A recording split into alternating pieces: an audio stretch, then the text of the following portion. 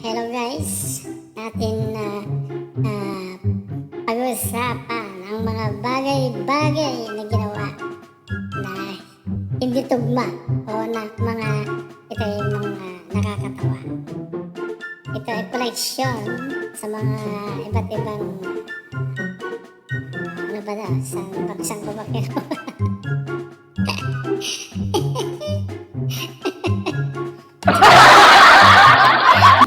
Pero ito, atin na umpisang panoorin ang gagaling ng mga construction engineers. Ito na. Ito, isang bridge na hindi ko alam kung bakit. Sino ba nag-design nito? Nakakatawa. Ala, ito pa isa. Hindi magtugma. Paano kaya gagawin dyan? Paano sila magkakasalubong? Hala, ito pa. Isa. Paano dala ng train dyan? Grabe naman. Ala, ano ito? Ano? Ang bihira ng mga engineer na to. Galing nyo yeah.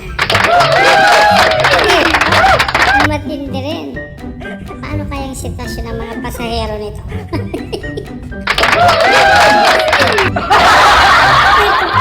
Isa pa ito. Nakakatuwa. Paano nila ginawa yun? Paano ka dadala ng train dyan? Naku naman. Oo, ito isa pa. Gumawa ng hagdan. Saan pupunta? Ay, sus. Ito sa atin. Oops! Ano yan kung matangkad ang dadaan? Tuntun.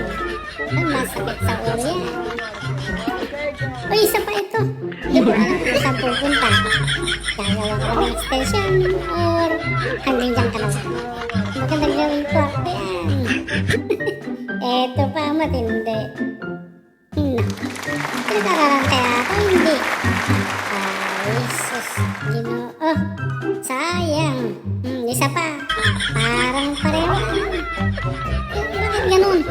Hindi ba nila, na double check? Ay, mahina lang ang engineer na to Wala, engineer lang yan. Ay, sus, Ginoo. Ito ang stairway to heaven. Pag bumagsak ka, laban. Sakit sa ulo. Ito pa. Ang lalagdan pero wala namang labasan. Saan ka pa? Sige, tingnan pa natin to. Ito ang matindi. Yan. Tama ba yun? Dekorasyon lang. Hagdan ba? O dekorasyon lang?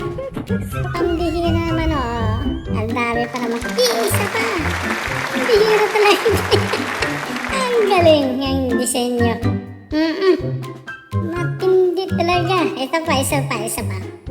Oh, maganda yung nasa taas. Nasa baba kaya? Saan dala? Bintana ba yan o ano? Naku Ito pa, hindi ko maintindihan ito. Bintana ba ito? Pero may hollow blocks naman sa loob. Ano yan? Dekorasyon? Ito. Paano nangyari? Ayan, natakpan. Kaso gumawa na lang sila ng sulat. Tama nga naman. Para makikita ang orasan. Ito pa isa. Yung aircon, ang bihira. Nasa labas yung lalamigan. Nasa kwarto yung, ano ba yun? Yung makina. Ay, sus, Ginoo.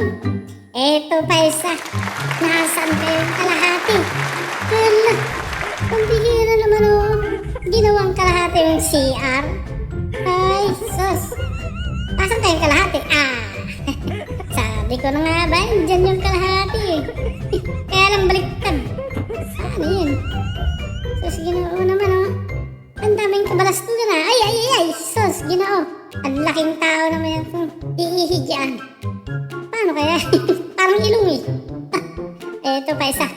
Ano to? Oh, ayan. Dumi Ay, sorry. Pag mag-ano ko nga, di kitang-kita ka na.